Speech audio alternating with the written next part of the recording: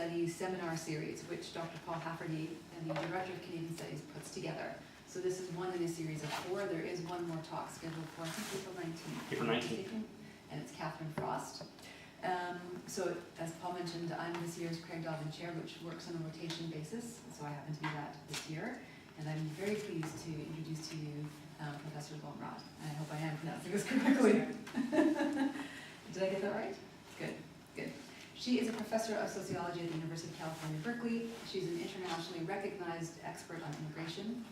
She served as a member of the U.S. National Academies of Sciences Committee reporting on the integration of immigrants into U.S. society, and is a senior fellow with the Canadian Institute for Advanced Research. Her research examines how immigrants become incorporated into the political and civic life of their adopted countries, and the consequences of their presence on politics, on policy, and on understandings of citizenship. She's a co-author or co-editor of 4 books, and so I'll just give you those titles. Handbook of Citizenship, that came out with Oxford University Press in 2017, it was forthcoming in 2017. Rallying for Immigrant Rights, the Fight for Inclusion in 21st Century America, Civic Hopes and Political Realities, Immigrants, Community Organizations, and Political Engagement, that came out with Russell Sage Foundation in 2008. And finally, Becoming a Citizen, incorporating immigrants and refugees in the United States and Canada. So, we welcome you to UCD and we look forward to your talk. All right. Merci beaucoup. Since we were talking about Quebec. So I've now met 4 of the people in the room, but do you mind, since we're such a small group, tell me a little bit about your interest in the topic? Well, first of all, I'm Sophie. Hi, Sophie. Hi. I kind of last year took your class on Interest Canadian Studies, and we learned about the Indigenous groups. And ever since, I've just been following that like really closely, and I'm currently quite angry at Justin Trudeau. So Okay. I'm very anxious to see the other kind of areas. Okay, great, wonderful, thanks for coming. So what I'd like to do, since we're especially a small group, that means that please just stop me and ask questions as we go along. I had thought to do 3 things. So the first thing I was thinking of doing was giving you a very broad overview, introduction to maybe exceptionalism when it comes to Canada's stance towards immigration and multiculturalism, and the arguments that have been put forth as to why the Canadian immigration system generally seems to be working. And then I want to dive down into some arguments that are based on field research that I've done on why immigrants in Canada seem to be particularly interested and apt to become citizens of the country and sort of the implications of that. And then at the very, very end, I was thinking about what are the implications for Ireland? Like, can we learn anything from Canada for Ireland? And this is where this is where my lack of knowledge of Irish immigration or Irish society in general might show its face, because it's very much speculation. And so maybe we can have an interesting conversation afterwards about whether any of this applies to Ireland or not. So in terms of Canadian exceptionalism, this has been an argument that's been put forth probably more and more over the last 3 to 4 years. And for a long time, people have talked about the Canadian immigration system as largely a pretty successful one, and when I say that, I'm thinking about since the 1980s, the 1990s, but especially in the last few years, in international circles, people have been looking at Canada and have been a little bit puzzled. And one of the reasons is that it seems everywhere else we have this very strong anti-immigrant populist backlash against immigration. So we can look to the UK and the Brexit vote, Nigel Farage, then you have Trump, of course, and his campaigning on building the wall with Mexico. Since he's taken office, his executive orders banning non-citizens from 7, maybe now 5, depends, Muslim majority countries. Currently, if you're paying attention to what's going on in France, there was the leadership debate where Marine Le Pen, among others, is arguing for a very nationalist, anti-immigrant stance. Geert Wilders, the guy on the left, did reasonably well in the Dutch elections, maybe not quite as well as he had hoped, but has a major presence in the Dutch parliament. So it seems that everywhere you look, this sort of populist, anti-immigrant sentiment is sort of at the forefront of politics. And the Canadian exceptionalism comes out when you see people like Justin Trudeau who go on the news and welcome Syrian refugees. And so it's exceptional to the extent that, unlike a lot of these other places, Canada has continued to advance a position that they are accepting refugees. Now, I will say that accepting 25,000 refugees is nothing like what Germany has done by accepting over 1 million asylum seekers, and definitely not the same as what Greece is experiencing, or Turkey, or even Italy.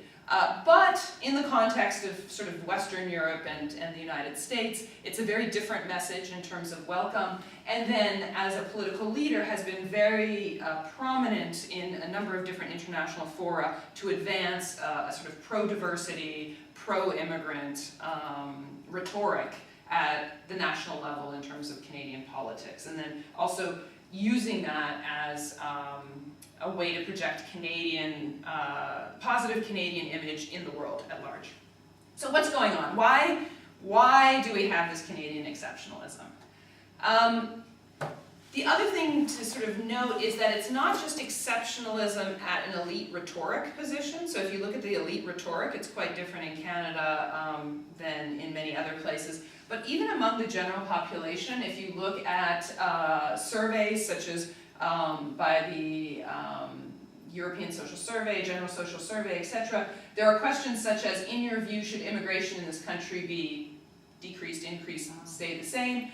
And Canadians, sort of compared to almost all Western advanced democracies, continuously are more pro-immigrant or less against immigrants than most of their compatriots. And so this is just one snapshot from a 2015 set of Gallup polls. But only 30% of Canadians responded that immigration should be decreased. Germany is probably surprisingly quite low too, given how many asylum seekers they've taken in, though this was only at the very start of the asylum crisis. You see the US, France, the EU average is about almost half of people say that immigration should be decreased. And then you see at the far end places like Italy, the UK, and Russia. And the other reason that this is surprising is not only do Canadians say that they are not necessarily in favor of decreasing immigration, but they do this despite the fact that they are getting lots of immigrants as a proportion of the population.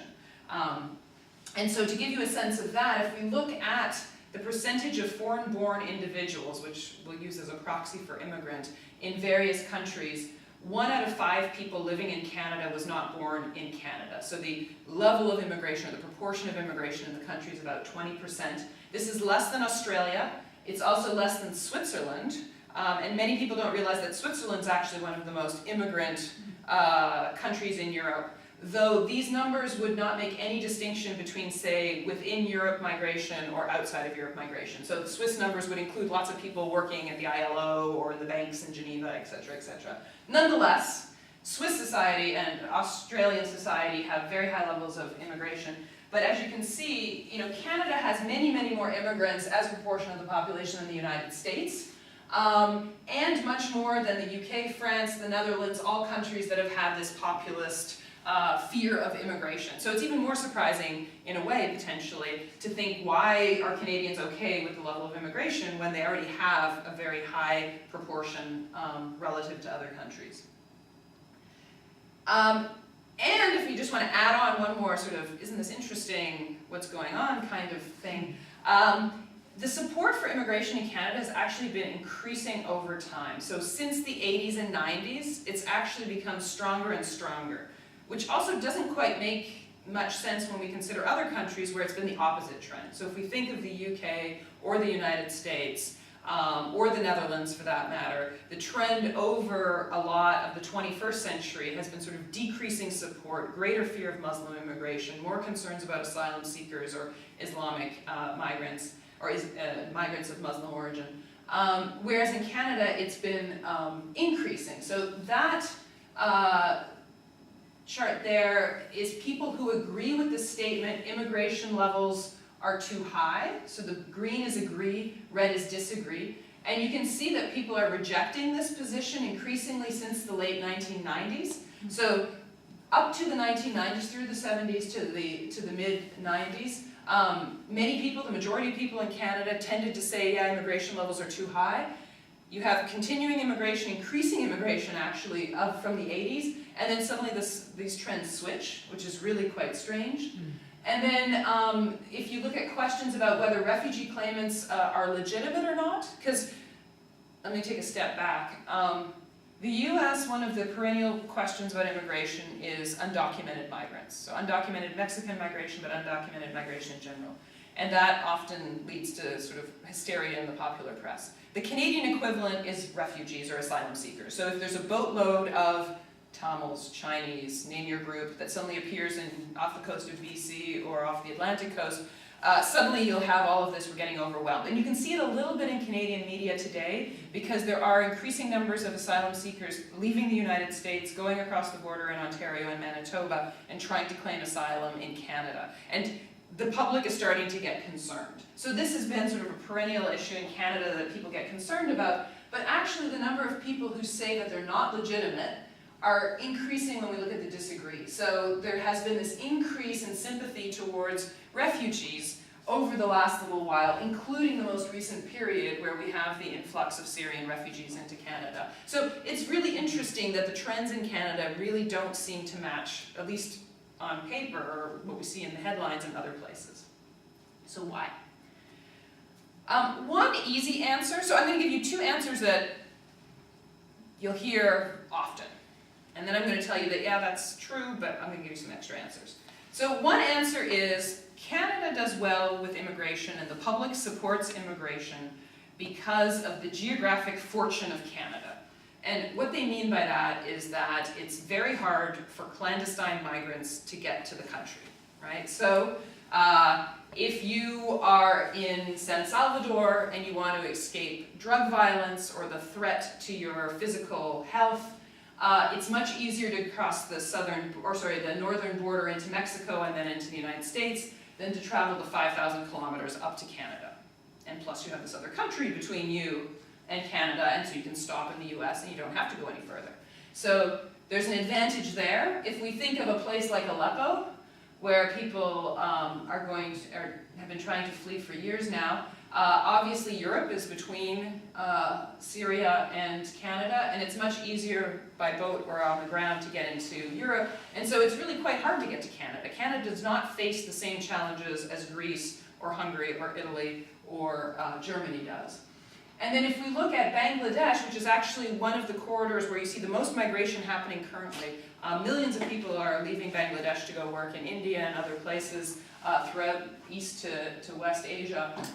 There's over 11,000 kilometers between Dhaka and Vancouver. So just people say Canada, you pat yourself on your back, you think you're so wonderful, but it has nothing to do with the Canadian people or policy. It just has to do with you're really far from lots of unwanted migrants. That would be one answer. And it's not wrong. I don't think Canadians are so generous of spirit that if suddenly there were hundreds of thousands of asylum seekers coming across the border with the United States, that they would continue to have the same positive attitudes that they seem to have now. Another reason that people often point to for Canadian, the success of the program overall, is because Canada has a selected permanent migration system. And by selected, what I mean is that immigration policy in any sort of Western advanced democracy has three components. You can come in as an economic migrant, you can come in as a family migrant, so someone has sponsored you, you have a relative in the country, or you come in under humanitarian conditions, you're escaping persecution, etc. And Canada has put very heavy weight since the 1980s, and especially in the last 20 years, on the economic stream. And so immigrants are selected according to various criteria, their ability to speak English or French, their age, their level of education, etc., to be inserted immediately into the labor market. So this has led to relatively good employment rates, though there's still quite a few problems. But it also leads to the perception among the Canadian population that the government has managed the system and the system is supposed to be working for the economic betterment of Canada. So people have pointed out that Canada, if they do well on immigration, it's basically because they're cherry-picking the best and the brightest in the world. That's the argument. And this billboard is actually a billboard that was on Highway 101, which is the main highway between San Francisco and the airport and Silicon Valley, out in California where I live usually. And this was during the Harper government, and what they were trying to do is they were trying to attract tech workers in Silicon Valley who were on what was called these H-1B visas. So these were special visas in the United States to attract high-skilled migrants, and you were allowed to work in the United States legally for 3 years, renewable once, up to 6 years. But after 6 years, you had to leave. So it was a temporary visa, and you could try to get your employer to sponsor you for a permanent visa, but it wasn't guaranteed. And so they were trying to exploit the fact that you had this sort of very highly skilled labor force that had lack of security, and they were trying to get them to go to Canada. And I would say that I don't think this narrative is wrong in talking about the success of the Canadian immigration system, but I think people have put too much emphasis on the selected part to say that Canada really selects these economic migrants, and not enough emphasis on the permanent part of the equation. The fact that when immigrants come to Canada, if they're coming through the economic or family stream or the humanitarian stream, they're immediately given permanent residence rather than some temporary status for a while. And so if you look at the United States in particular, and you think about undocumented migration from Mexico, much of that started under what was called the Bracero program, which was temporary labor migration, started during World War II, continued through the 60s, and where people were only supposed to be there temporarily and then go back to Mexico, and so they never had the chance for permanent migration. And then once those temporary visas were eliminated, you suddenly had an undocumented population because they continued to work, the employers continued to want them to work, but now they had no status. And you can see similar dynamics in many European countries such as Germany with the guest worker program. So the guest worker programs were going to bring people in temporarily, and then when the oil shock hit in the 70s and they were supposed to go home, many did not, and suddenly they became permanent migrants. But because both the German government or the Dutch government or the French government had seen them as temporary migrants, they hadn't really tried to integrate these immigrants very much, hadn't really given them much support in terms of language, and the immigrants themselves hadn't really made steps to build a life or to, say, take language classes, because they also thought they were going to go back. And so the Canadian situation is also, I think, somewhat different, because when immigrants often come, they're coming with this idea of permanent settlement, which sort of changes the calculation on both sort of sides of that relationship. By the way, the low taxes thing is not true. No. But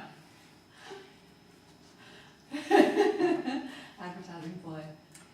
You know, I still remember I was driving down to the airport to, I think I was going to a conference in Toronto, and I just saw this and I was like, what?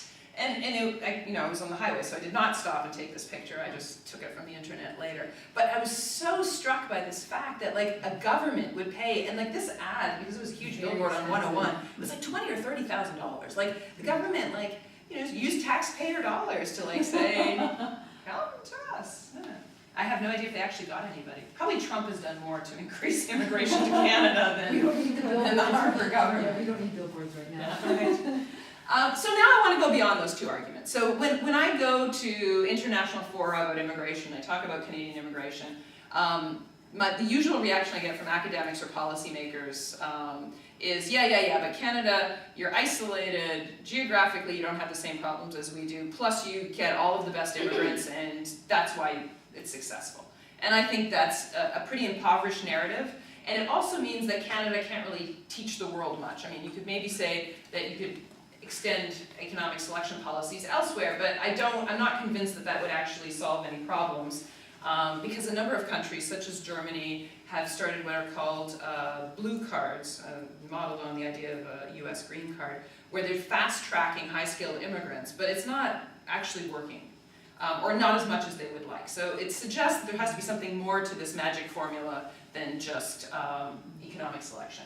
So I'd like to make the argument that one of the things is that citizenship is very accessible in Canada by law, and it's also encouraged through public policy and through sort of social and political dynamics. And I'm going to go a little bit more into that in a second. But then what happens is that because you have very high levels of citizenship among immigrants, it changes the political calculations. So if you remember, 1 in 5 people in Canada were not born in the country, and if you look at a place like Toronto or Vancouver, about almost half the population was not born in the country.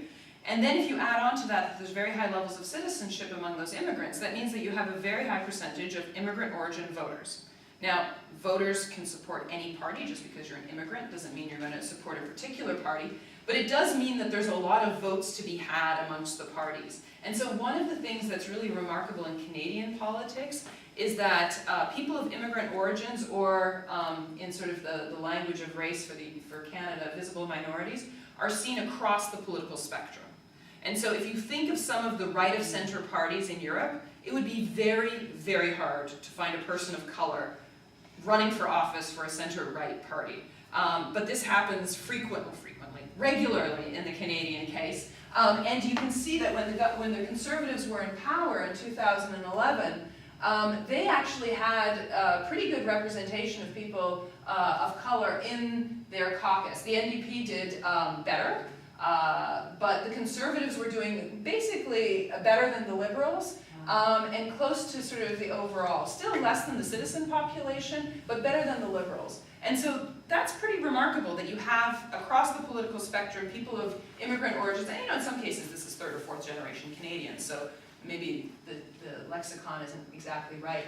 And then in the most recent election, what's very interesting is that the percentage of visible minorities in the House of Commons has almost approached the percentage in the general citizen population, which is pretty remarkable. And so it makes Canada stand out among many countries in the world in terms of having some demographic representation that reflects in some cases. Now, there's inequalities. Obviously, visible minority is a huge catch-all term, so there's inequalities between different sort of national or regional origins. But it does shape politics. And for those of you well-versed in Canadian politics, if you remember back to the 1980s when the Reform Party was growing in Western Canada, the Reform Party was probably the closest that Canada has gotten in the most recent period to a populist party like Geert Wilders or like even Marine Le Pen. And in their very first platforms, in their 1987 and 88 blue books, they even had in their platform that they did not want to change the racial and ethnic makeup of Canada too much. They were going to eliminate multiculturalism and they were going to restrict immigration. And of course they said, well, we're not racist, but, and then said all of these things.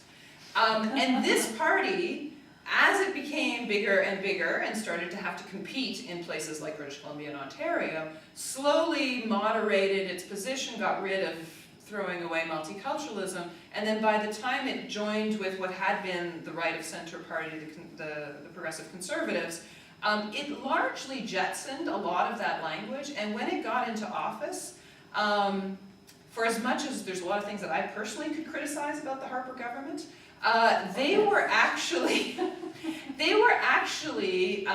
compared to many other Western democracies, very pro-immigrant. They kept the numbers of immigrants admitted very high. They had billboards like the one I showed you, and the Minister of Multiculturalism, Jason Kenney, was very active in going out and talking to immigrant communities. Now, at the same time, they also had a very strong anti-Muslim discourse, especially by the very end of their mandate. But it was an interesting politics where it was anti-Muslim but not anti-immigrant. And it was sort of anti-refugee but not anti-people of color. So it was an interesting dynamic in terms of that. So I point that out that gives a different political momentum to the ability of new parties or far-right parties to actually rise in Canada, because they have to compete in a very different electoral system, or both the system and the voters that they're going after. All right, so let me go back to citizenship. So that's the big story. So let me go back to citizenship. If you look at the percentage of immigrants who are eligible for naturalization, so eligible to acquire citizenship, they've met the residency requirements, they've been there long enough, over 80%, like 85% of immigrants in Canada have taken out Canadian citizenship, which is just an astonishingly high number, especially when you realize that the benefits of citizenship are relatively modest. And what I mean by that is if you are a landed immigrant, if you have permanent residency status in Canada, you have almost all of the same rights and benefits as a Canadian citizen. And most importantly, you have the same access to healthcare, to pensions, to unemployment or employment insurance, all of the sort of the bread and butter issues in terms of employment and such, you're more or less seen as the same. There are some restrictions on employment when it comes to very high-level civil service positions. So if you wanted to work in high-level government positions, then you sometimes need a citizenship restriction, and for voting. So in Canada, unlike many European countries, you must be a citizen even at the local level in order to vote. So it's more like the US and not like, say, the Netherlands or Sweden. But other than that, there aren't huge differences between your life as a permanent legal resident and as a citizen, but yet you have these very, very high levels of citizenship. The US is at least 20 points lower. So this is interesting. This is another immigrant country that likes to be very proud of its citizenship. And then if you start looking at some of the European countries, it's even lower. And then I put Ireland in here, and it's extremely low. Now, I will say that with the Irish numbers, these, I think, are based on the foreign-born population eligible for citizenship, which would include all kinds of EU migrants. And EU migrants probably have relatively few reasons to become an Irish citizen, except now, I guess, if they're British. Maybe they'll have more reasons to do it. So that might play a role in the low Irish numbers, but also the fact that Ireland has been going through this incredible boom on immigration. So even if you look 10, 15 years ago, the proportion of immigrants in Ireland was only about 3–4%, and now it's all the way up to 17. You've lived this, it's incredible. So it might just be a lag effect too, that might be going up. All right.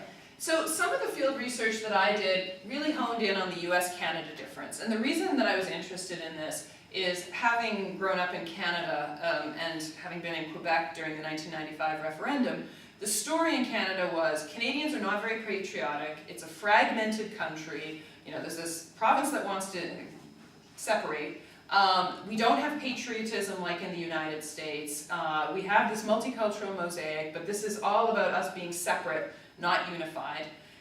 So we would have expected higher citizenship in the United States. And in the US, the benefits of citizenship are higher than in Canada. So if you become a citizen in the United States, you can sponsor more family members to immigrate with you, and you get better access to certain social benefits. So certain social benefits are restricted to citizens only. So from a pure cost-benefit economic perspective, you're much smarter to become a citizen in the United States. That said, if you look at sort of the trends over the 20th century on naturalization, so the proportion of immigrants who've taken out citizenship, the US is in blue, Canada's in red, and you can see up to about the 1970s, it's largely the same. So the level fluctuates depending on immigration waves, but the absolute percentage of citizens is more or less the same in the two countries. And then since the 1970s, you see this increase in the Canadian level and a decrease in the American one. Now, the decrease in the American one is partially because of undocumented migration. So because this is census data, we can't determine based on the census data whether someone has legal status in the United States. So in some respects, this number is artificially low if you consider the population eligible to become citizens. Some of it might have to do with economic selection policy because Canada changed its policies in the 1960s, so it did start getting more highly educated immigrants as compared to the United States in some respects. But it's not just that. And in fact, in some of the research I've done, you can do statistical analyses, you can control for level of education, language, whether you own a home, etc. And even when you control for that, and you control for the country of origin, so you compare only the Irish in Canada and the US, only the Vietnamese in Canada and the United States, you consistently find that citizenship levels are higher in Canada than the US. And so this led to sort of a puzzle for me, like why is this? Why is it systematically the case that immigrants in Canada become citizens more than the United States? And so in the first book that I wrote, I looked at two communities in particular, and I did field research based on Portuguese and Vietnamese migrants in metropolitan Boston and Toronto. And I picked the Portuguese and the Vietnamese because in a way you can consider them sort of a quasi-experiment in that very similar streams of migrants left either Vietnam because of the conflicts in Vietnam or escaping the communist dictatorship there, or left Portugal, some of them during the dictatorship in Portugal, some after the move to democracy. And you have brothers, cousins, sisters going to either side of the border. So if you look in the Toronto area, or if you look in southern Ontario, there are large communities of Portuguese, and many, many, many of them have relatives in Massachusetts.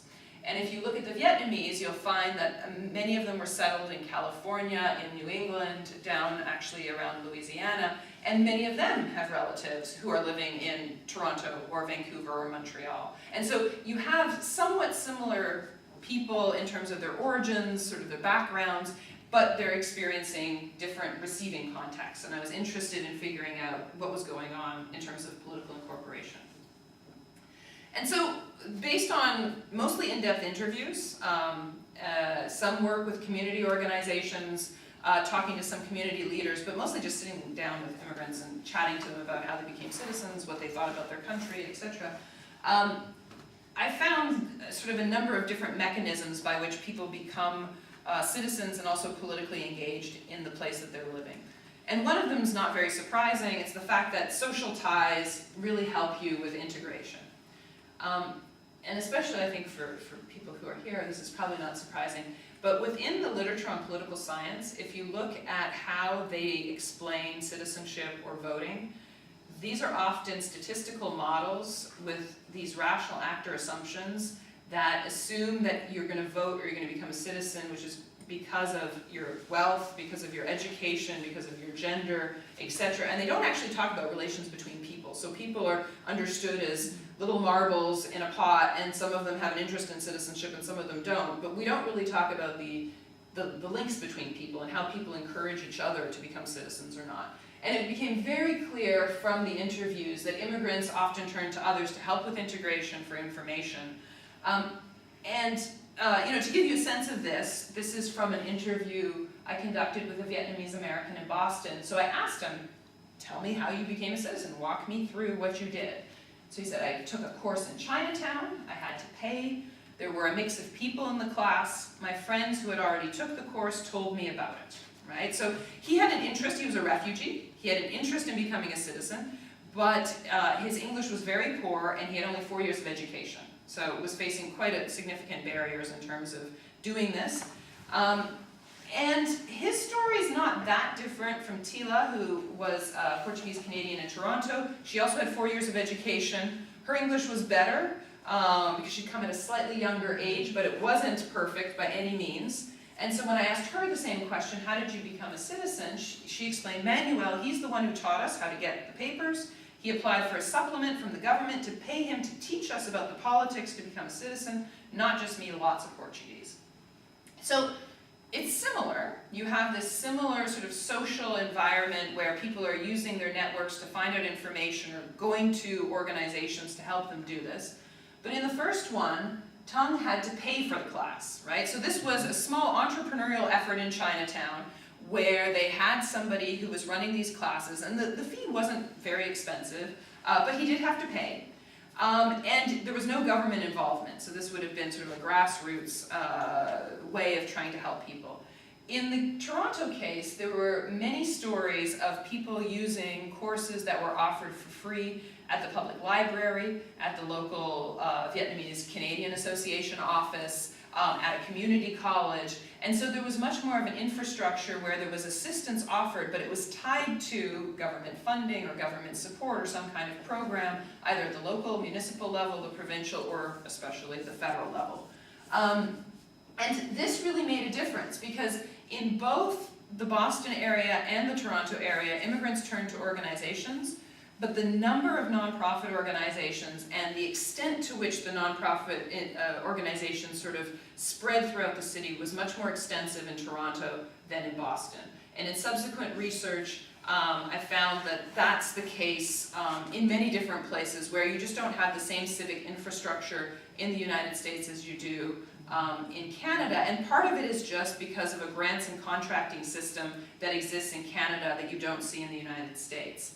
And to give you a sense of that, so in Canada in 2010, there were about 7 million foreign-born individuals, and the federal government was paying out $1 billion for integration assistance. Most of this was going for language training, but what this would do is there would be a grant given then, say, to the Vietnamese Canadian Association in Toronto. They would run a number of different language classes called linked classes, but then they would use that money basically to use overhead and then also offer citizenship classes, or they would do work insertion programs, or they would get funding from the local health board to do an HIV/AIDS program. And so they would cobble together all of these different grants to be able to keep the organization running.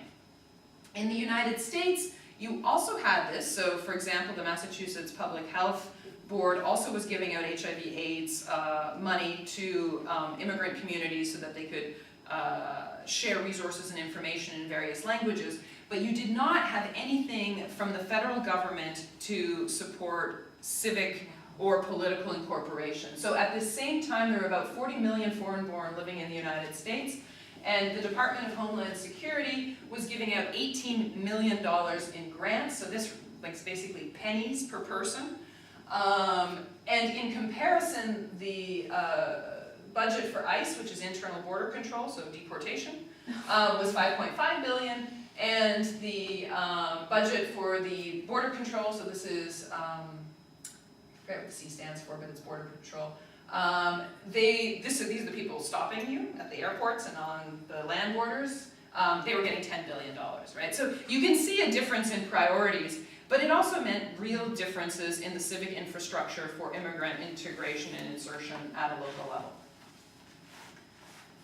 And then, public support was important, social ties was important, and this was very important for the instrumental, I need help doing this, can you please help me? But the fact that it even existed in the Canadian case also was sending very important symbolic messages to immigrants about their place in society and the degree to which they were supposed to be members of the society. And conversely, on the American side, immigrants were really receiving the message about where the money was going in terms of border control or deportation versus integration.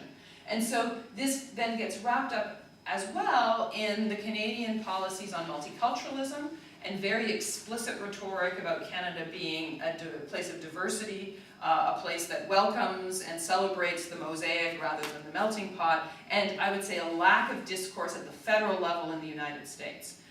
At a local level, especially in a place like Boston or Massachusetts, there is very much social multiculturalism. A lot of the people that I spoke to in Boston said that they felt that there was reasonably good tolerance, that they were accepted for who they were on a local interpersonal level, but when it came to their relationship to government, there was no sense at all that the government was interested in diversity. And so here's some examples from my field research. I was able to interview Doris Meisner, who was the commissioner of the Immigration and Naturalization Service under the Clinton administration back in the 90s. And she has publicly said, and said it to me during the interview as well, that the dominant culture of INS is rooted in a view of immigration as a source of security and law enforcement vulnerability, more than of continuing nation building. And clearly in the present circumstances, that has only increased even further, I would say. So INS does not do, or USCIS does not do integration. It's all about border control and security. And in comparison, and this has changed a little bit, this was pre-Harper, so this would have been under the Liberal government, but a senior Canadian official, I asked why the Canadian government was spending taxpayer dollars on encouraging citizenship, and the answer was, why would we not encourage citizenship? She was actually kind of peeved at me for asking that. We say that everyone belongs, that we believe in diversity. When we promote citizenship, let's be clear, it talks about applying, yes, but at its beginning, it is about integration. So it's a very different mindset at even senior levels. And up to about the early 90s, the way that you became an adjudicator of naturalization in the two countries sort of also reflected these different ethos. In the US, to work to your desk job, which would have been as a naturalization adjudicator, looking through papers, you had to first work on border control. So you were first on the border with a gun, and then you had the desk job. And in the Canadian case, because there was such a huge expansion in the bureaucracy, they were hiring in the 1980s from the YMCA, from community-based organizations. And so these people were coming from community-based organizations into the government in a very different, with a very different mindset, let's say. And immigrants get this, right? They understand this. So Manuela, Portuguese-American, talking about sort of her place in the US, said the government, they don't know how it is. You can't say, sir, send people that care about the immigrants because they are the people who can't speak up. There is nowhere to complain to, and we can't complain. And then Joe, in contrast, he was interesting because he lived both in Massachusetts and in Ontario. He was born in the Azores, but had lived in both. And he said about Canada, I like the way the government runs things. I guess the great support, the multicultural stuff, the social assistance. We pay a lot of tax, that's true. But the great concern of government, the help for the citizens themselves. So a very different sort of attitude to their place in society. And it's not just immigrants who have absorbed this rhetoric about multiculturalism and diversity. It's also the general Canadian population. So Environics regularly asks Canadians how important the following are to Canadian identity. Healthcare continues to be the thing that most Canadians agree about in terms of identity. And you know, when I present this to Canadians, they're all like, yeah, of course. And when I present this to anyone else, they're all like, wait, healthcare is Canadian identity? Like, it's very strange, right? So you have to understand it in comparison to the United States until the Affordable Care Act, right? This was a defining feature of Canada because unlike the US, nasty healthcare system, we have universal healthcare. So it becomes a point of pride. The charter, the flag, the national parks, the RCMP, and then multiculturalism, which is ahead of hockey. And having grown up in Saskatchewan, that's surprising. And then you can see here the Harper government really tried to emphasize the Queen. It hasn't really done much. Canadians are not really into the Queen as an identity issue. But, you know, multiculturalism is really up there. I haven't shown you all the other ones that are down here. But it is higher than hockey, and it's over 50% of the population will agree that it is, you know, important to Canadian identity. And, you know, we could have a discussion how that plays into Quebec, rest of Canada politics, because there's a strong part of Anglophone Canadians being proud of multiculturalism because it's a way that they can sort of feel superior to Quebecois, and allows them to feel superior to Americans. And so there's interesting identity politics that come into it, but as part of those identity politics, immigrants become part of the we because it makes us better than the Francophones and it makes us better than the Americans. So it has become sort of mainstream, let's say. And then I want to emphasize one last part about sort of how the system works, is that Canada has long done civil society partnerships between government and ordinary people. It could be criticized for offloading what should be government services to the private sector. It's definitely a way to get the private sector to contribute unpaid hours and money to immigrant integration. But for a very long time, Canada has had this system where the government gives grants to local community organizations to teach English, for example, and then both during the Southeast Asian refugee crisis in the 1980s and more recently with the Syrian refugee settlement program, there have been programs where private citizens come together and sponsor refugee families. And so they bring money together and they sign a contract that they will give an apartment and food and support to this family for 1 year.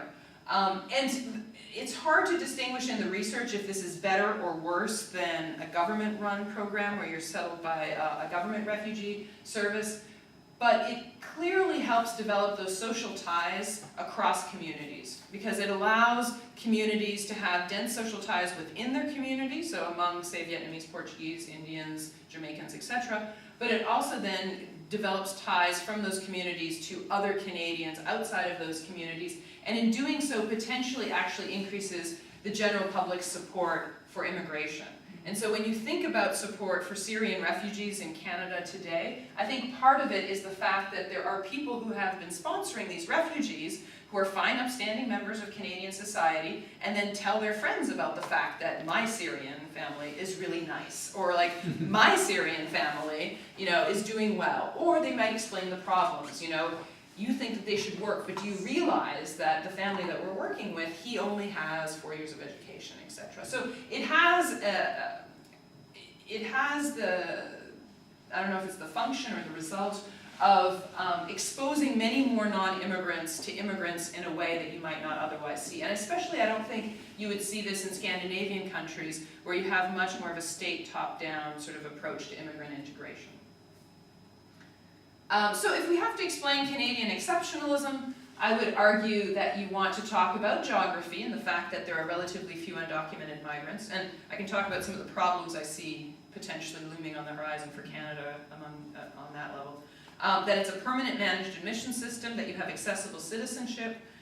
One lesson maybe for Ireland is that Ireland was the last European country to allow unrestricted birthright citizenship, which was eliminated in the referendum a few years ago.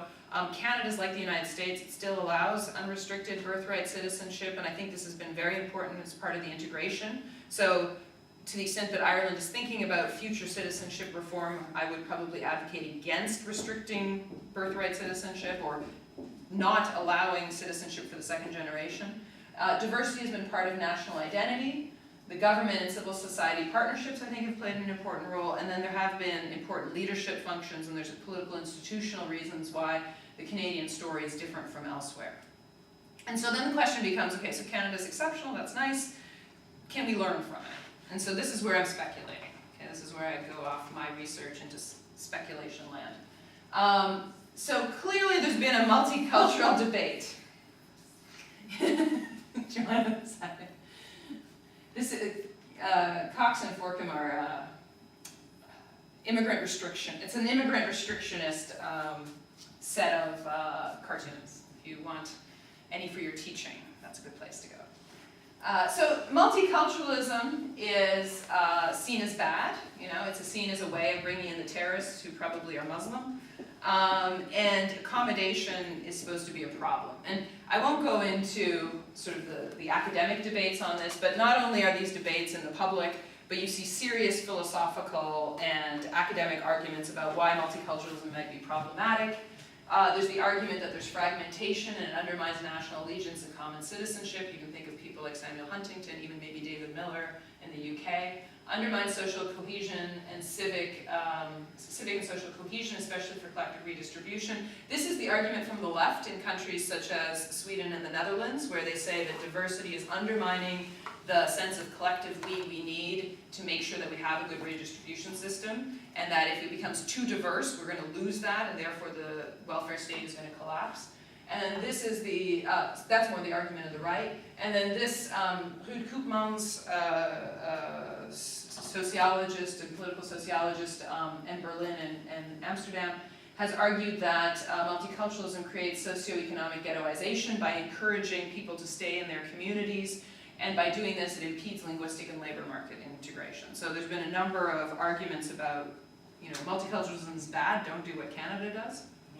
And then I would say what you can do is you can actually measure multiculturalism. I won't go into this index, but Keith Banting and Will Kinloch have developed a policy index that you can actually see how multicultural a country is. Canada is among the more multicultural, along with Australia.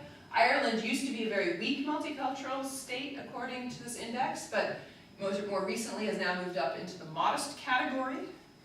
So that's interesting, and I don't know anything about why, but it's worth noting. And then what you can do is you can overlay naturalization, so acquisition of citizenship, with this multiculturalism index. And what you find is that the countries that score higher on this multiculturalism index just happen to be the ones that have very high levels of naturalization and citizenship, and the ones that score lower have quite low levels of citizenship. Now, I can't tell you what the causal process is. Is it the fact that there's multiculturalism and therefore the immigrants become citizens? Is it because the immigrants become citizens that then societies are pushed to more multiculturalism? Is it something else that is driving both the citizenship and the multiculturalism? But clearly there is a link between the two, and in fact you can even calculate a correlation of 0.7, which is incredibly high for any social scientist. So it is the case, at a minimum, that the people who worry about multiculturalism leading to fragmentation are wrong if we take as a measure of fragmentation lack of citizenship, or if we take as a measure of cohesion the fact that people actually want to become citizens. Now, you might disagree that that's a good measure, but at least when it comes to civic integration through citizenship, there's no link at all that says that there's a negative relationship between multiculturalism and citizenship. Okay, implications for Ireland. So first of all, Ireland, as I mentioned, had really low naturalization, like at the level of Switzerland or Luxembourg, which are probably not great when it comes to some of these integration measures. And I just don't know whether this is an artifact of the fact that Ireland was not a country of immigration until very recently and that this is going to change, or if it's the composition of the immigrants that are more heavily towards UK or EU migrants until again recently. So that's a question, what's going to be happening there. There's not that much public opinion that I have found on Irish attitudes towards immigrants. But at least one poll I saw compared 2008 to 2015, so pre-crisis, post-crisis, or right at the start, I guess. And there's some indication that people are less likely to think that immigration is good for Ireland than previously. So the green has really gone down, but the bad hasn't really gone up. So it seems more that people are unsure. So I don't know if these are very stable attitudes or if this really is a hardening. I mean, from my 8 months in Ireland, I'm struck by the fact that immigration is not an issue really in the media and in public discourse, not at the level that you see in the continent or in the UK. So, you know, I don't know what to make of that, but I don't think it's as politicized as most other European countries is, and it might just, you know, I don't know. I'd be interested in hearing why that might be the case. And so, thinking forward, my research would suggest that you want to ensure accessible citizenship to have a positive immigration policy. You want to build public-private partnerships for integration, but to include both government and civil society. So the US case is laissez-faire civil society. I think Scandinavia is more top-down government, maybe something between the two. You're going to want to balance sort of the historic and religious language concerns with multicultural accommodations. That will be a particular challenge, I think, in Ireland, given sort of nationalism. And the system of religious education and such. And so thinking about what does this mean, you know, how would you reimagine Irish national identity to include immigrant-generated diversity? And especially when it comes to sort of religious accommodation or even language accommodation, given debates around whether Irish should be taught in schools and, you know, how important it should be. I think there'll be a challenge if immigration continues at the high level it is in Ireland about how do you imagine a 21st Ireland that includes immigrants of different religious faiths or different ethnic, cultural, racial backgrounds. Thank you very much.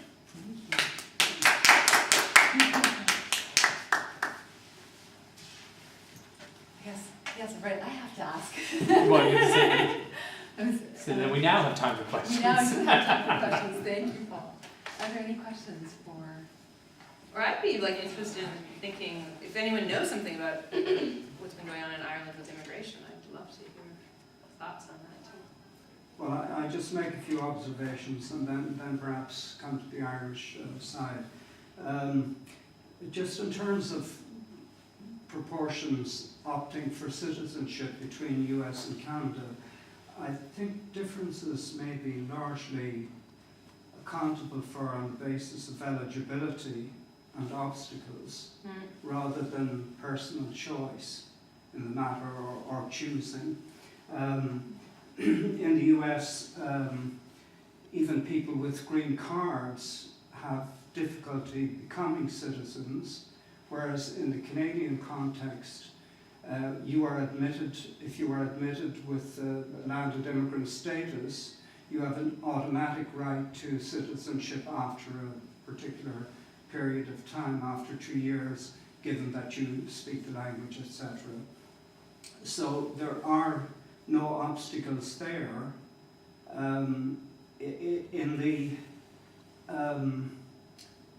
If you take, for example, if you take the Irish in the US, we believe there are 50,000 undocumented illegal Irish migrants in the United States.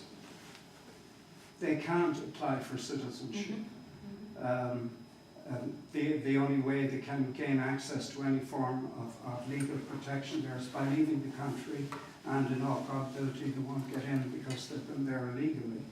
Again, so that you don't have that in the Irish who are in Canada, over 90% or not, probably over 95% of them either have a work permit or have landed immigrant status. So when you try to compare the two, all of those have no obstacles in their way in Canada to becoming citizens, whereas the 50,000 Irish in the United States don't have any possibility of becoming citizens. And it's a matter of whether you control for status. In other words, if you're talking about refugees as categories, have you compared them in terms of their access to citizenship between the two countries? But if you throw all the different categories of people together, illegal immigrants, legal immigrants, you'll find that there are a much higher proportion of the migrant or non-native population in the United States than there are in Canada. Mhm. So there's a huge difference on those grounds.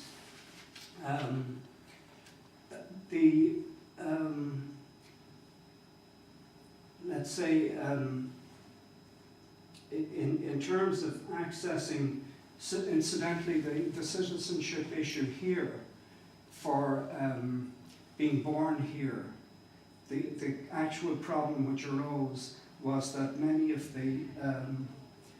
people were arriving in Dublin, a very significant number were arriving in Dublin not from their countries of origin, but from Britain, showing up a week before the birth of their children, going to the maternity hospitals, having their children born here, who automatically became, under the Constitution as it had been written, became Irish citizens and de facto EU citizens. So there's a dual citizenship here. The issue of EU citizenship is quite important. They could then return to England primarily, and now they're EU citizens. Right. They could not be thrown out of Britain. So the issue of EU citizenship is quite significant, and does explain also why so few, let's say, of those who are migrants and migrant workers in Ireland try to acquire Irish citizenship. They don't have to, because they are EU citizens with full rights. And perhaps also, I might add, in relation to just the what kinds of obstacles are there, or what differences are there between citizenship and landed immigrant status in Canada. Possibly one of the major ones in practice is the issue of taking time out abroad, so that you find that many landed immigrants who want to leave the country for 6 months take citizenship before they go, because they lose their landed immigrant status if they stay outside for more than 6 months. Mhm. So, okay, so that's more or less a commentary, if you can find the question there. Oh, sure. Yeah. So, you're right in terms of the fact, okay, I'm going wrong. That there's more undocumented migration in the United States than in Canada. And so this graph actually has two different estimates of the naturalized population in the United States. So this is just the simple calculation of all foreign-born as your denominator and the proportion who have acquired US citizenship as your numerator, and then you get at just barely under 50%. But you can adjust the denominator to take out all of those who are uneligible. So, for example, the 50,000 Irish who might be undocumented in the US. Currently, estimates are that of the total foreign-born population in the United States, somewhere between 28–29% are undocumented. So it's huge. It's less than a third, but more than a quarter. But if you do that, then you get a little bit higher than the OECD average, but you're still barely breaking 60%. So you can take out those people who are ineligible. Largely, it's done artificially a little bit by taking out, say, Mexicans and Central Americans, who represent over 75% of the undocumented population. You can do it different ways. But you still see that there's this huge gap then with these countries. And in other analyses, I don't have the graphs for it, you can also break it down by country of origin. So you can look at, for example, if the Irish go to Canada and the United States, where are they more likely to get citizenship? And the answer is Canada. Or you can look at, people from Jamaica who go to Canada and the United States, try to make adjustments for legal status. Where are they more likely to become citizens? It's Canada, not the United States. So you're right that the US number, when you're just looking at simple comparisons, is depressed because there's this large population of people who just legally are not even allowed to apply for citizenship because they don't have status.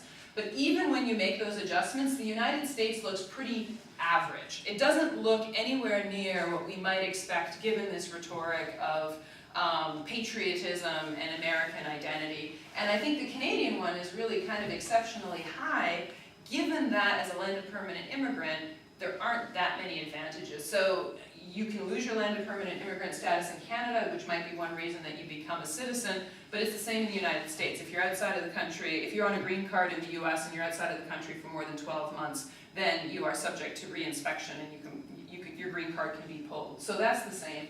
And if you look at sort of the laws on the books in terms of naturalization, the two countries are actually very, very similar in their naturalization procedures compared to most other countries in the world, and they both are quite generous, or at least liberal, in extending citizenship.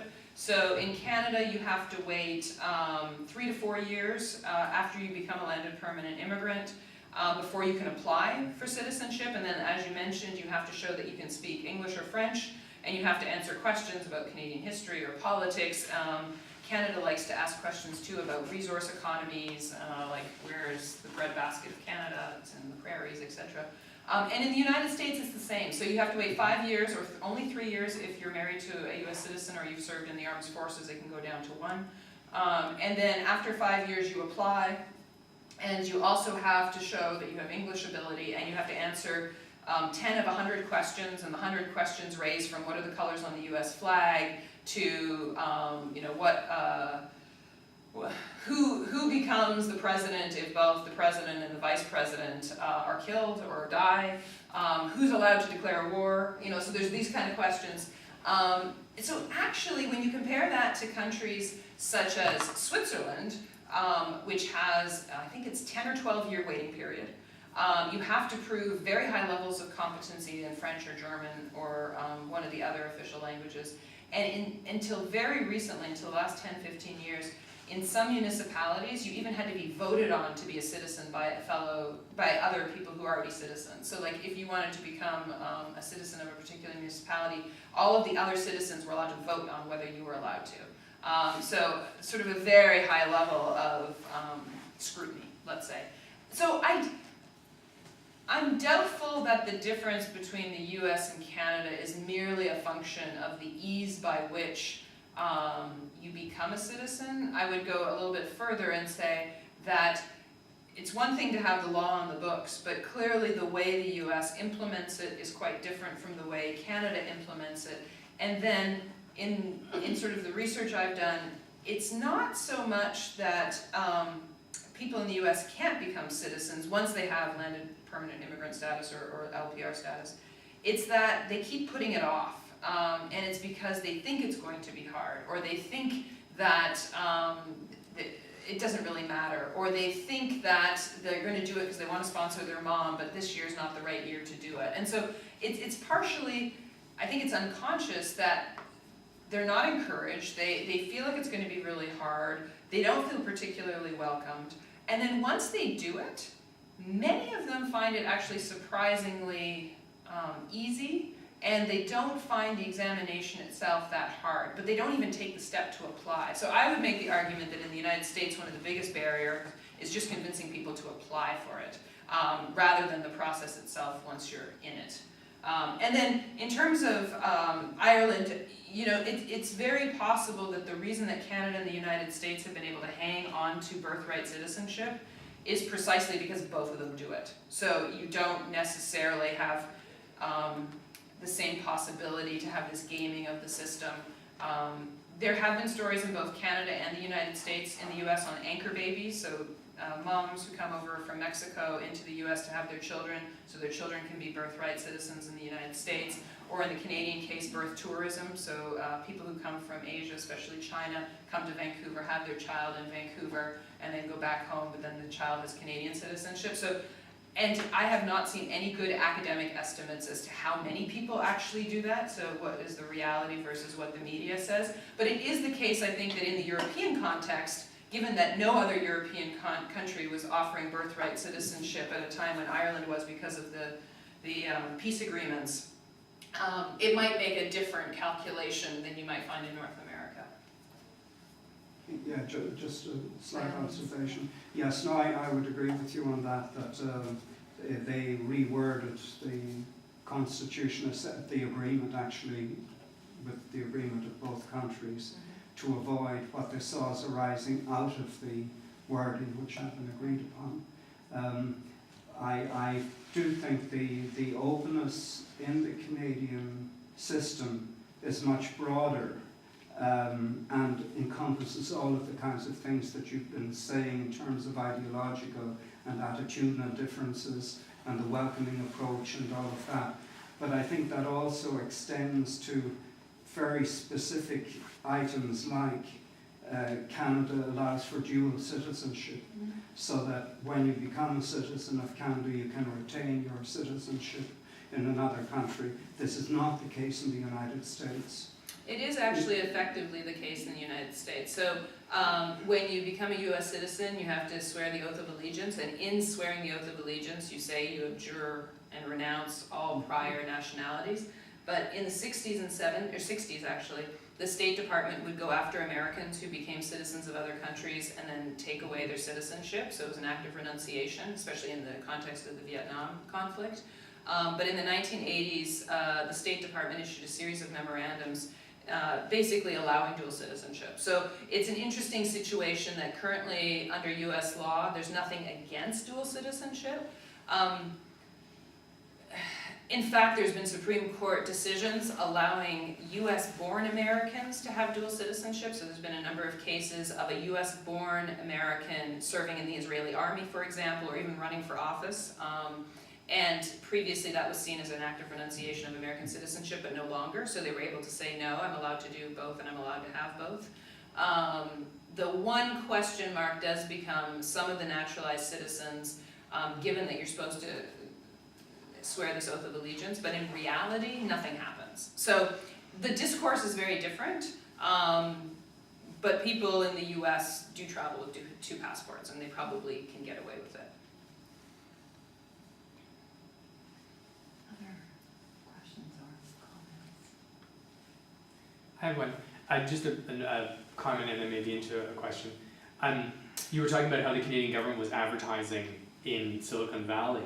To my knowledge, as soon as the bubble burst in the housing, in the housing, not economy, market here, Canadian government was here advertising for jobs in Saskatchewan. Oh, was it? Interesting. That they were doing job fairs and they were saying, come to Canada, we'll give you a visa, no problem, because it was the same thing. And actually, when you think about the placement of that, it was job type specific. They came to Ireland because they knew that there was a glut of people in the housing market, or it's not market, in construction, working in construction, who were suddenly unemployed almost overnight. And so come to Canada, you can do that. And I've thought about this a little bit as a person living my parents are Irish. I was automatically a citizen of Ireland when I was born because they were born here. So I had a passport. When I went backpacking as a young Canadian with a flag on my backpack, I had an Irish passport because I thought that would be easy to travel around Europe with, which it was. But coming as a Canadian whose ethos is very much a multiculturalist Trudeau kind of ethos, and realizing this more living here, as a result of living here. There was the marriage referendum here that happened in 2015, and I had a friend who was talking about it on the day that it passed. And he said, young guy, about 28, and he said, I felt so proud to be Irish. I felt so proud to be Irish on this day. And that was I heard a number of people say that. And he said, I was riding my bike down O'Connell Street, and I looked up at the GPO, and I thought about cherishing the children of the nation equally, and I hit the O'Connell Bridge, and there was there's an apartment there at the apex, I guess, of the bridge, and it had YES in their window, and it said yes, and he said, and I just thought about, it's a new day for Ireland. We're not Catholic Ireland anymore. We're moving forward. We're not, we're moving forward in a new way. This was really exciting because Ireland doesn't have a good record on referendums, right? So this was a significant change. And he felt very, very positive about it. He was talking about all these I was also quite moved by that referendum. But he was talking about all these sort of state-identified feelings that he was having. And I thought, I do not identify with this at all. Because, like 1916 or... Yeah, none of that. Because when I watched the beer commercial about, saying I'm Canadian in 6 different languages, that's where I, feel a bit weepy or whatever. Right. But what I realized in that moment, to get a little bit to digress a moment, I was really anxious about the referendum because it felt like my family was going, because I do have extended family, and they were all going out to vote. And because I am gay, it felt like they were voting on whether I was okay or not. It wasn't about marriage. It was whether they thought, no, you're all right, or you're not. And so it was really familial. So the state, and to come to the point, which I'm not doing very well, but I think the schools and the GAA that's what has to happen for integration to happen, for boys anyways. But sports are so huge here. So like if the GAA would go out and start teaching hurling, if the GAA made a point of bringing in every immigrant family for their kids to play, that would create connection between kids all the way through, and do that in school also. That would do a huge something to integration in Ireland. Schools and the GAA. Right. Well, and I remember I was reading at some point that, this is not the GAA, but it was a program of Athletics Ireland, so more track and field, especially after the Olympics, that they have been trying to approach kids of various immigrant backgrounds from everywhere and cultivating them as Ireland's next rising stars in the Olympics. And I think using sports to integrate people. I mean, this was a story about France, both positive and negative, right? So when France was doing well in soccer and had this very diverse Benetton type of team, it was like, rah, rah, look at how wonderful France is.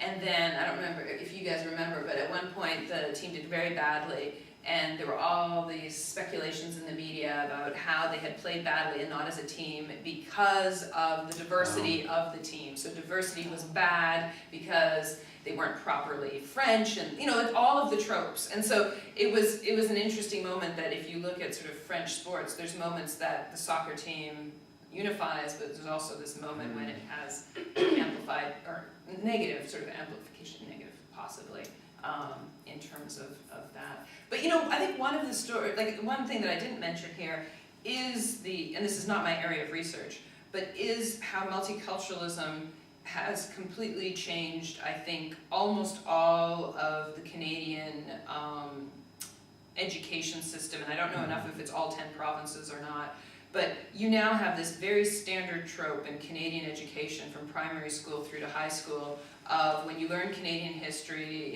you learn about New France and you learn about the founding of the nation in 1867, and then you learn about the First Nations because now that's what we have to say, so we say the First Nations, and then there's the English and the French, and then there's the immigrants, and so then they'll say something about the Chinese helped build the railroad. Yeah. Right? Like that's just like the standard trope, and it's very thin, not very thoughtful, and then depending on where you live, you might get a little bit about Africville in Nova Scotia, or you might get a little bit about maybe Japanese Canadians on BC. So it's very thin, but on the other level, and I say this, you know, thinking back to like the type of education even I would have gotten early in the 70s in Ontario, before that it was this overwhelming British loyalist story, right? Yes. It was like, it was all about the British, and then maybe the French Canadians, and it was all about Laura Secord, and how she managed to get the Americans single-handedly to like stay, and so it was a very, and so those, and this is the hard thing with trying to understand the symbolic politics of this, is on one level it's so superficial, but at the other level it's a really deep reimagining of who the nation is, and that's one of the problematic aspects I think of multiculturalism. So I gave a pretty raw story, but one of the problematic aspects of multiculturalism is the fact that it is articulated often as against French Canada, and sort of Quebec, you know, isn't this, and then it has no space for the Aboriginals, because Aboriginal Are not part of, they're not conceptualized that. well, and they don't want to. I mean, I think it's more that. I think the federal government would be happy to put the Aboriginals in multiculturalism too. But like Aboriginals don't want that because they're vindication. What's the English word? Their demands. Their demands are self-determination, treatment as a nation. So it matches poorly on that. And so one of the things that's different between the U.S. and Canada is in the U.S. you do have, for better or for worse, a particular race politics or identity politics where African Americans do sometimes find common cause with immigrant generations of Asian or Latino origin because of concerns around historic legacies of racial exclusion. Whereas in the Canadian case, you almost never hear of Aboriginal communities and visible minority communities getting together to talk about common concerns around racism. It's very, very rare. It's so interesting to me that Trudeau is someone who is now seen as emblematic of multiculturalism. And he's associated, he's seen as a kind of the figurehead, and of course with good reason. But by the same token, we do this, but then we forget all of those other maneuvers that he was invested in terms of his federalist vision. That is, he was the one who wanted to get rid of the Indian Act, for example. And so, and you say the federal government would just like to get rid of that and just forget that that's not a piece, really doesn't fit well into the multicultural mosaic that they've constructed and so forth. So you're right, like it's this kind of complicated, on the one hand, you did give this really positive view of it, and I really did, I think you really appreciated that. But I also think, yes, but it also disguises so much that's going on, it's teeming below the surface. It does, and so, you know, I think one of the challenges moving forward, so I didn't talk about challenges, but there's a number of challenges moving forward. One of them is the rise in temporary migrants in Canada. So it started under the Harper government, and it has not really changed under the Trudeau government, the current Trudeau government, is that there's many more people coming in as temporary migrants, and these people are supposed to go home. And if they don't go home, they will become clandestine migrants. They will become undocumented, illegal immigrants. And so that's going to bring a very different dynamic, and it's going to change public opinion, I think. So I think that's a very wrong-headed policy. Like, you either let people in permanently, or you do something else. So that's a problem. You would invest. You do. You have to invest, because if people come in and think they have 2 years to stay or 3 years to stay, your own attitude to society, you're going to send money home to build a house. You're not going to build a house necessarily there. And then why would the society around you invest in you? Because you're going to be a temporary worker, and you're seen as just, I think, part of a person. You're seen as labor. You're not seen as a future citizen. So I think that's one problematic aspect. I think another problematic aspect is race relations. Because the Canadian government loves to pat itself on the back about multiculturalism, and I think for many reasons it can, compared to many other countries in the world, but there is a huge conversation that needs to be had about discrimination in the labor market. So even when you look at some of the research in terms of who gets jobs, who income levels, etc., there's clear discrimination in the labor market. And there's continuing discrimination even in the immigration system. So the positive story on Canadian immigration system is Canada had basically a white-only policy up to the 60s. In the 60s, it changed it, and now they welcome anybody. That's the simple version. The reality is, and I think your Irish example is a great one, if you look at some of the provinces in Canada are unique because they can actually nominate people as immigrants directly to the province within the federal system. So most countries, the entire immigration system is always run at the national level, but in Canada, provinces can actually accept immigrants, economic migrants. And if you look at Atlantic Canada, they have done, and I think Alberta as well, have gone after European immigrants. And so there there is interesting research that could be done about the conscious or unconscious race biases that yes. lead, and like they'll tell you, I'm sure they would say, well, of course we're going to Ireland for our construction workers, they speak English. I mean, I'm sure that that would be the answer, but there's more to it. It's like they're not going to China where there's a lot of construction workers too, that they could probably come and get. So there's interesting difficulties, I think, that Canadians still have to deal with on that aspect as well. But I think that's similar to Albertans come here looking for the construction workers, but Quebecers do go to Haiti. Why? Linguistic reasons. Right. You know, so that race is not an issue in terms of. So I don't think they're coming to Ireland because they're nice white Europeans. I think they're coming because they speak English and they have the skills. Well, but they've also gone to Poland and Romania to attract. And again, you know,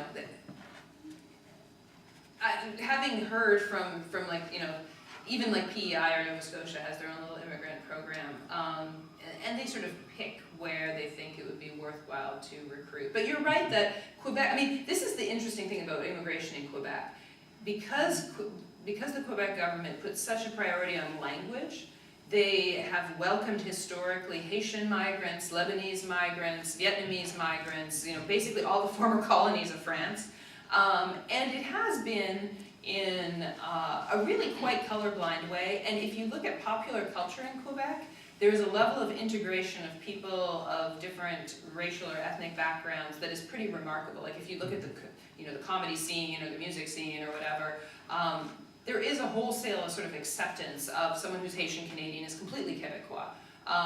So that is true.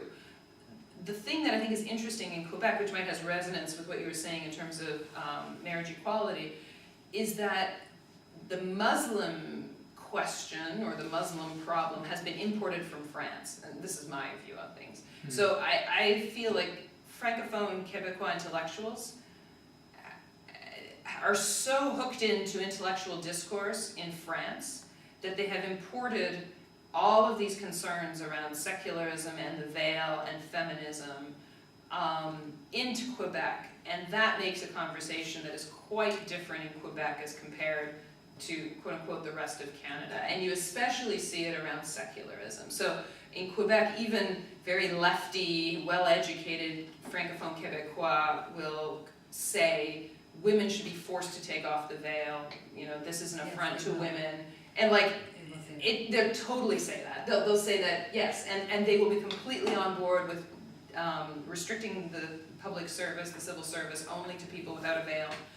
And in Anglophone Canada, even if people might feel uncomfortable with Muslims and don't necessarily have warm feelings, they would see that as a huge infringement of freedom of religion. So there's a distinction. Like Quebec is interesting because the race issue plays very differently, but the religious issue also plays very differently. It was a question that you had actually anticipated for me, because my follow-up question was then going to be, can we talk about this? We've been talking about Canada as a kind of whole homogeneous place, but in point of fact, the immigration patterns have shown themselves to be radically different in each province. And so you just answered it. Done. I don't know if we answered it. Some of it, of course. Yeah, well, I think the whole project, as you have described it, I think does derive from the conclusions of the bilingualism and biculturalism, as it was, commission, which promoted bilingualism but multiculturalism. And that has become a religion of Canada. And certainly Trudeau, and I assume you were speaking about Pierre Trudeau. Yes, not Trudeau 2, Trudeau 1. He certainly promoted that, and with the Charter of Rights, this transformed Canadian society. And really linking in with your comment, this has been achieved through the schooling system in Canada, and within Quebec, the kind of integration that you're talking about with the Vietnamese Quebecer being accepted as a Quebecois, this was done through the school system, intentionally, and through the removal of choice and in the matter. So it's interesting in terms of societal construction, what you can actually do if you control the education system and decide, and you have a particular model of society that you want to generate and transmit. So Well, and you know, I have not seen this research, you know, maybe I should do at some point, but what is also remarkable in terms of the education system is Canadian education at the K-12 level and even beyond is entirely provincial, right? So the federal government has nothing to say on the actual standards or the actual curriculum in every province. And given that, it is actually remarkable that all 10 Canadian provinces in various shapes and forms have embraced this multicultural type of education, you know, stronger and less strong in different places. Whereas when you think of the United States, multicultural education continues to be a political flashpoint to the present. So if you go into California or you go to New York or Massachusetts, you'll also get a very multicultural rendition of American history. So, you know, my kids learn about the Spanish and the Mexicans in California, or you'll always do Black History Month. And so there's a type of multicultural education. But in Arizona, they voted to remove all funding for ethnic studies because it was supposedly fragmentary and was teaching kids, you know, the bad parts of America. So like multicultural or American, like ethnic studies has been under attack in various US states. So again, it gets to this interesting question of why would all 10 provinces have done this at the same time? And I think it's also just the particular historical moment of Canada. They didn't want to be British. You know, the 60s, the 50s, 60s, and 70s was all about no longer being British, trying to get the charter, trying to be something other than a former British colony. Didn't want to be American. And so what do you construct out of that? And multiculturalism was a great way to try to construct something new, along with the flag, along with healthcare. Like, you know, one of the things that's fun about this, oops, wrong way, when Harper was trying to define identity, I realized that you probably have to go. Like, if you look at all of these things, like, all of these things are since the 60s, right? Like, except for the RCMP. Yeah. But, like, everything from multiculturalism up is post-60s. So, healthcare, charter flag, national parks, no, I guess Banff was before. But, you know, Largely though, that one still. but still largely that, right? So, all of this is a very recent identity construction in Canada. And it's really remarkable when you think in 50 years, it was a very different construction than what would. Like, I've looked at some of Diefenbaker's speeches in the House, and like Diefenbaker was like, we're British, we're part of the Commonwealth, and it's a language that you would never hear today. Oh, no. You know, like, can you imagine like standing up in the House of Commons saying, yeah, we're part of the Commonwealth? Like, I mean, sure, they'll say nice things. It may happen, you know, now that they're talking to us again about that. Oh, so. yeah. Did you see that? You read that in the news? No. That they're talking about free travel between the UK, Canada, and Australia. Oh, interesting. Free movement. So you don't know, never know. But I always think of that because, like, my parents came to Canada in 1966, and under a racist, immigration system, and I always think that the Canadians who were already there, who were British identified, they really underwent a huge, massive transformation. You know, like, it was a massive transformation that they obviously were willing to undergo in some way. I think they had problems with Britishness too. They didn't really feel, and it was a post-colonial moment around the globe. Right. You know, the sun was setting and all of that. But I don't have a lot of Canadian friends, honestly, who I would think of as those people, because most of the people who I grew up with, most of the people who were around me, were like me, the child of immigrants. Right? That was just where we lived. I went to a Catholic school. That's how it was. But I do know some people, and I look at them and their parents and think, wow, you were an Anglophone Brit Canadian, and you changed. That changed. And that's significant. And, you know, there's still about a good 30% of the Canadian population, like the 30 that you can see. There's a good 30% of the Canadian population that will say we need less immigration.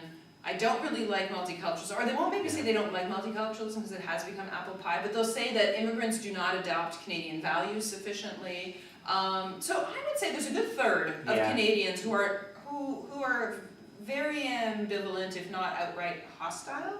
But it is interesting that for some reason there hasn't been a political entrepreneur that has successfully been able to use that to advance political ambitions, and or that those people haven't organized in a way that you can think of when you think of Trump voters or Brexit voters or etc. And I mean, we could get into an extended conversation about the parliamentary system in Canada, the party system. I think the party system has a role to play. If it had been a proportional representation system, then I think what had been the Reform Party could have easily run and got 20% of the seats in the House of Commons.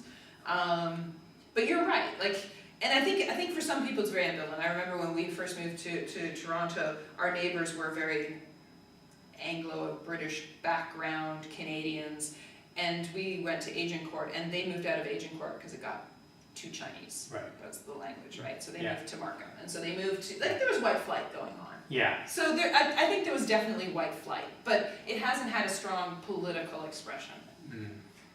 I think the reduction in Britishness of, let's say, Western Canada or Canada outside of Quebec, to some extent can be seen as an accommodation of Quebec and Quebec's aspirations and so forth. Whereas the Canadian adoption of multiculturalism, and I would include Quebec in that, is to some extent it's in opposition to the perceived melting pot of the US. Right. Some kind of perception that, well, we're different because we're going to do it differently. And we've got them there, and it's very important to be different. Yeah. So that really did facilitate that kind of development, I think, you know, having such a huge partner beside you, and so a little different in opposition as opposed to with the accommodation in relation to Quebec. And it made sense to go for the Charter of Rights and multiculturalism and so on, and to accept Quebec, and that really did mean a watering down of the British background and the British North America Act. Right. Yeah. Thank you so much for coming. Thank you for that really wonderful talk. Thank you. Yes. So much. Well, thank you for the discussion. That was fun.